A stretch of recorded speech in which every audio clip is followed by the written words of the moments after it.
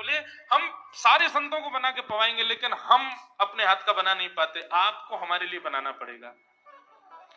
त्रिलोचन जी की पत्नी बोली, छोटा सा बालक, इसका आधे हाथ का तो इसका पेट है, एक रोटी में जिग जाएगा ये, इसके लिए मैं बना दिया करूंगी।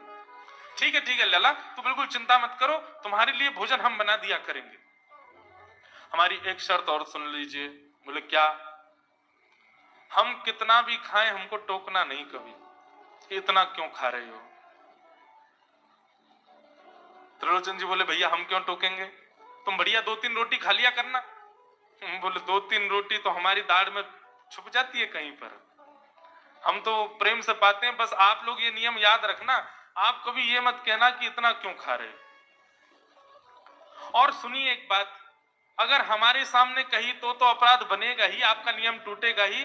किसी और से जाकर के यदि आपने कह दिया कि बहुत खाता है, क्या बताएं, तो हम उसी दिन अंतर ध्यान हो जाएंगे, उसी दिन आपका घर छोड़ के चले जाएंगे, फिर दौड़ते रहना सेवक।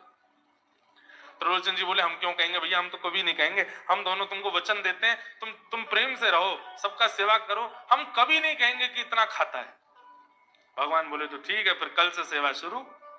अगले दिन महाराज त्रिलोचन जी और पत्नी उठे सवेरे ब्रह्म मुहूर्त में, देखा तो महाराज भीतर ही ठाकुर जी बढ़िया अपनी कमर कस करके, सिर पर ढांटा बांध करके, मुंह पर कपड़ा लगा करके, और कढ़ाई में लिए चला रहे हैं, बना रहे हैं दाल। एक हाथ से दाल बना रहे हैं, फिर दौड़ के जाते हैं दूसरी कढ़ाई पे, वहां पर खीर बना रहे हैं, फिर कहीं जाते हैं वहां पूड़ी उछाल उछाल करके धर रहे हैं। त्रिलोचन जी और उनकी पत्नी देख रहे खड़े खड़े, अकेले ठाकुर जी सब बना रहे हैं, नेक्स्ट सा बालक। 8 बजे से संतों की जमात आनी प्रारंभ हो गई, सुबह के समय हो गया। महाराज अकेले ही पत्तल लेकर के दौड़ते हैं, सारे संतों को पत्तल बांटे जाते हैं, फिर अकेले ही सामग्री लेकर के जाते हैं और लेकर के सबको बांटते हैं। त्रिलोचन जी कोई सामग्री लेके जाए तो ठाकुर जी बीच में ही आ जाते हैं, बाबूजी आप जाके बैठो, मैं बांट रहा हूं ना, आप उठ के मत आओ, आप उठ के आओगे सब फैल जाएगा, मैं कर रहा हूं ना सब। अकेले ठाकुर जी, अकेले अंतर्यामी भगवान सब कर रहे थे। और त्रिलोचन जी और उनकी पत्नी बड़े प्रसन्न, जय हो विठोबा, तेने तो भैया ऐसा लगे साक्षात तुम ही आ गए हो, कितनी कृपा हो रही है, देखो कैसा सेवक मिला है हमें। भली संतान नहीं दी ठाकुर जी ने, लेकिन ऐसा सेवक दिया है जिससे परिपूर्ण आनंद हो गया है।